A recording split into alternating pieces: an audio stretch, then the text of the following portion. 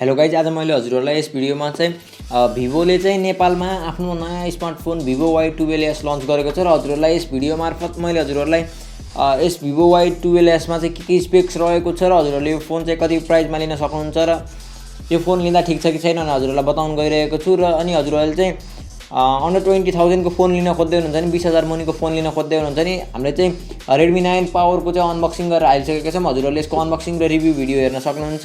अनि अब हजुरहरूलाई यस्तै टेक्नोलोजीसँग रिलेटेड भिडियोहरू हेर्न मन लाग्छ भने हजुरहरूलाई यदि यस भिडियो मन पर्यो भने चाहिँ यस भिडियोलाई लाइक गर्नु होला, साथीहरुमा शेयर गर्नु होला, टेक नेपाली युट्युब च्यानललाई सब्स्क्राइब गर्नुभएको छैन भने सब्स्क्राइब गर्नु होला है त।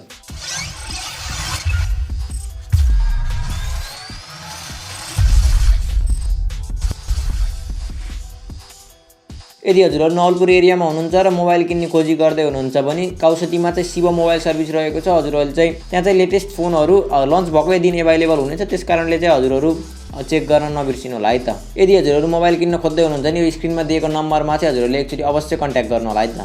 अब चाहिँ हामीले ढिला नगरिकन अब यसको बक्स कन्टेन्ट हेर्न गइरहेका छौँ। हामीले चाहिँ पहिला सुरु यसको बक्स कन्टेन्ट हेर्नेछौँ र त्यसपछि यसको स्पेक्सको बारेमा कुरा गर्न गइरहेका छौँ। अब चाहिँ मसित रहेको छ ग्लेसियर ब्लू भन्ने कलरमा रहेको छ। अब झार्ने छ, हजुरले देख्न सक्नुहुन्छ। हजुरहरूले यसरी राखिसकेपछि चाहिँ हजुरले देख्न सक्नुहुन्छ बक्स खोलिसकेपछि एउटा माथिपट्टि चाहिँ हजुरहरूले लिड देख्न सक्नुहुन्छ।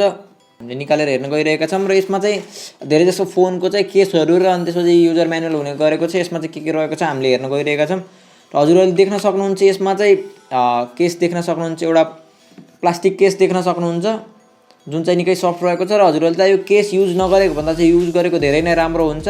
यदि हजुरहरूले मोबाइललाई प्रोटेक्ट गर्न चाहनुहुन्छ भने यो भन्दा अर्को केस किनेर चाहिँ हजुरहरूले हार्ड केसहरू किनेर चाहिँ हजुरहरूले युज गर्न सक्नुहुन्छ। तर कुनै पनि केस युज नगर्नु भन्दा चाहिँ यो केस युज गरेको निकै नै राम्रो हुन्छ, त्यसकारणले केस चाहिँ युज गर्न नबिर्सिनु होला है त। अनि त्यसपछि अब तलपट्टि चाहिँ हजुरहरूले त्यो लिड भन्दा तलपट्टि चाहिँ हजुरहरूले फोन देख्न सक्नुहुन्छ। हामीले फोनलाई चाहिँ एकैछिन टेबलमा राखिदिनेछौँ र हजुरहरूले चाहिँ यहाँ चाहिँ IMEI स्टिकर देख्न सक्नुहुन्छ। हजुरले चाहिँ तलपट्टि के कन्टेन्ट दिएको छ त भिभोले भनेर हेर्न गइरहेका छौँ। हजुरहरूले चाहिँ बक्समा चाहिँ हजुरहरूले चाहिँ देख्न सक्नुहुन्छ बक्समा चाहिँ micro USB to USB cable रहेको छ। अनि त्यसपछि हामीले यसलाई चाहिँ बक्समै राखिदिनेछौँ र हजुरहरूलाई पावर एडाप्टर देखाउन गइरहेको छु। हजुरहरूले चाहिँ पावर एडाप्टर देख्न सक्नुहुन्छ। भिभोको पावर एडाप्टर रहेको रहेछ जुन चाहिँ 5 भोल्ट 2 एम्पियरको रहेको छ। हजुरहरूले चाहिँ 10 वाटको यो चार्जरबाट चाहिँ हजुरहरूले 10 वाटको फास्ट चार्जिङ गर्न सक्नुहुन्छ। अब यसलाई चाहिँ हामीले साइडमा राखिदिनेछौँ र अनि त्यसपछि हामीले मेन फोनको बारेमा कुरा गर्न गइरहेका छौँ। मलाई चाहिँ यो चाहिँ फर्स्ट लुकमा चाहिँ भिभो Y20s जस्तै लागेको छ। अब हजुरहरूलाई चाहिँ कस्तो लाग्यो? हजुर ग्लेसियर ब्लू रहेको छ हामीसँग। हजुरहरूले चाहिँ पछाडिपट्टि फिनिसिङ चाहिँ हल्का रेनबो टाइपमा चाहिँ देख्न सक्नुहुन्छ। हजुरहरूले चाहिँ देख्न सक्नुहुन्छ। फोनको चाहिँ राइट साइडको बारेमा कुरा गर्नु पर्दाखेरि चाहिँ हजुरहरूले राइट साइडमा चाहिँ फिङ्गरप्रिन्ट र पावर बटन एकै ठाउँमा देख्न सक्नुहुन्छ र अनि त्यसपछि हजुरहरूले चाहिँ माथिपट्टि फिङ्गरप्रिन्ट भन्दा माथिपट्टि चाहिँ भोल्युम रकर देख्न सक्नुहुन्छ हजुरहरूले। अनि त्यसपछि फोनको टप साइडको बारेमा कुरा गर्नु पर्दाखेरि चाहिँ टप साइडमा केही पनि रहेको छैन।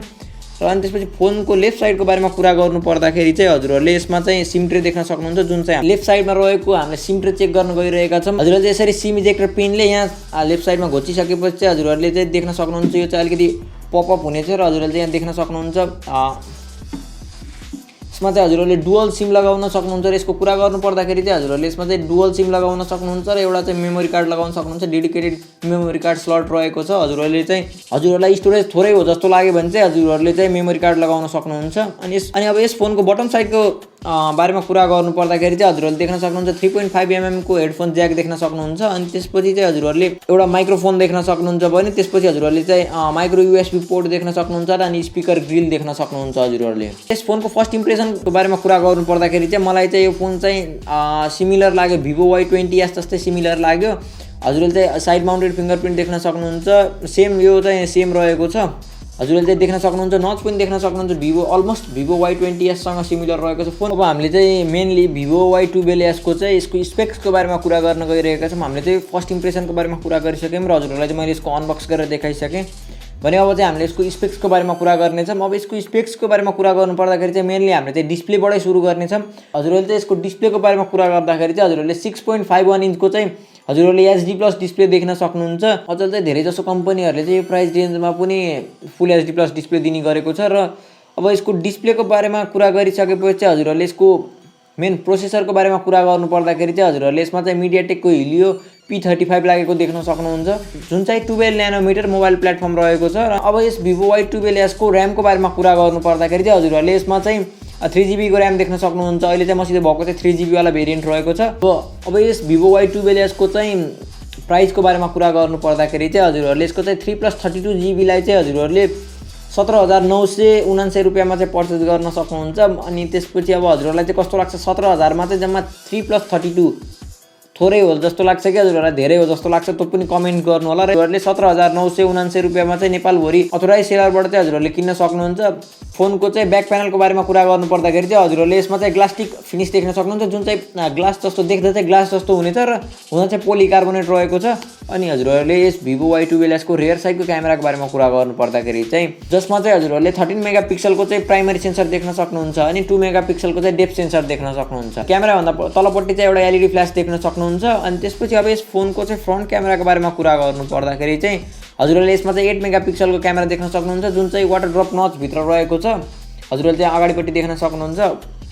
अब यसको मैले फोटो र भिडियो स्याम्पलहरू चाहिँ मैले हजुरहरूलाई रिभ्यू भिडियोमा लिएर आउने छु। हजुरहरूले यदि यो फोन किन्ने सोच गर्दै हुनुहुन्छ भने मेरो रिभ्यू भिडियो चाहिँ हेर्नु होला। यसलाई चाहिँ मैले रिभ्यू भिडियो छिटै नै लिएर आउने छु।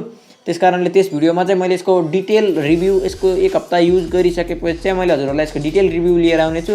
त्यसकारणले हजुरहरूले त्यस्तै भिडियो हेर्न चाहनुहुन्छ भने चाहिँ हाम्रो टेक नेपाली युट्युब च्यानललाई चाहिँ सब्स्क्राइब गर्न नबिर्सिनु होला।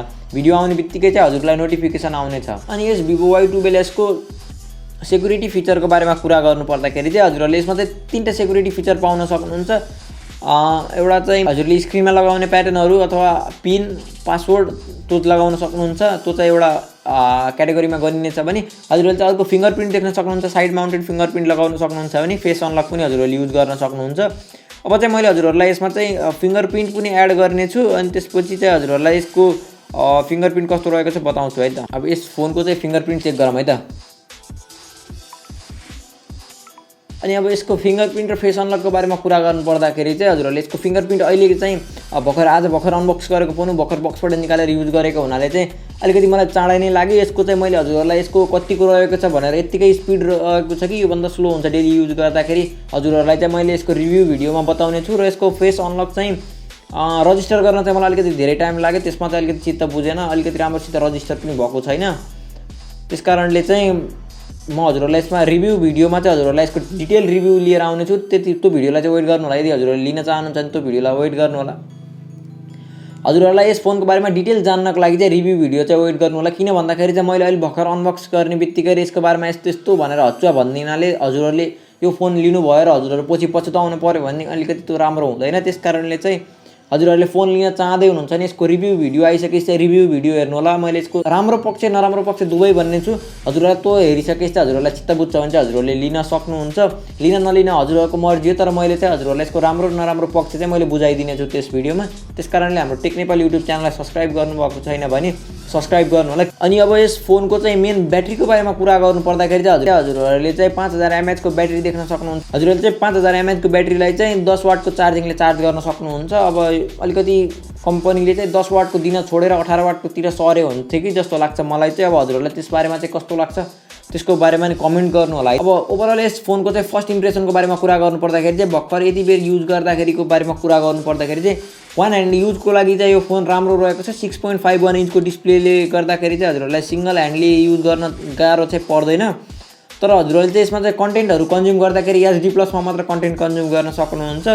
त्यो चाहिँ अलिकति कमी लाग्यो मलाई।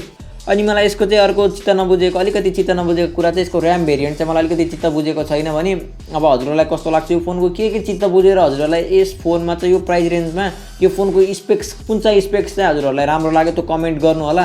हजुरहरूलाई यो भिडियो मन पर्यो भने चाहिँ लाइक गर्नु होला, साथीहरूमा सेयर गर्नु होला। टेक नेपाल युट्युब च्यानललाई सब्स्क्राइब गर्नुभएको छैन भने सब्स्क्राइब गर्नु होला। किन भन्दाखेरि हामीले चाहिँ यस्तै मोबाइल रिलेटेड भिडियोहरू लिएर आउनेछौँ। त्यस्तो भिडियोहरू चाहिँ हजुरहरूलाई मिस हुने छैन। त्यसकारणले चाहिँ सब्स्क्राइब गर्न नबिर्सिनु होला।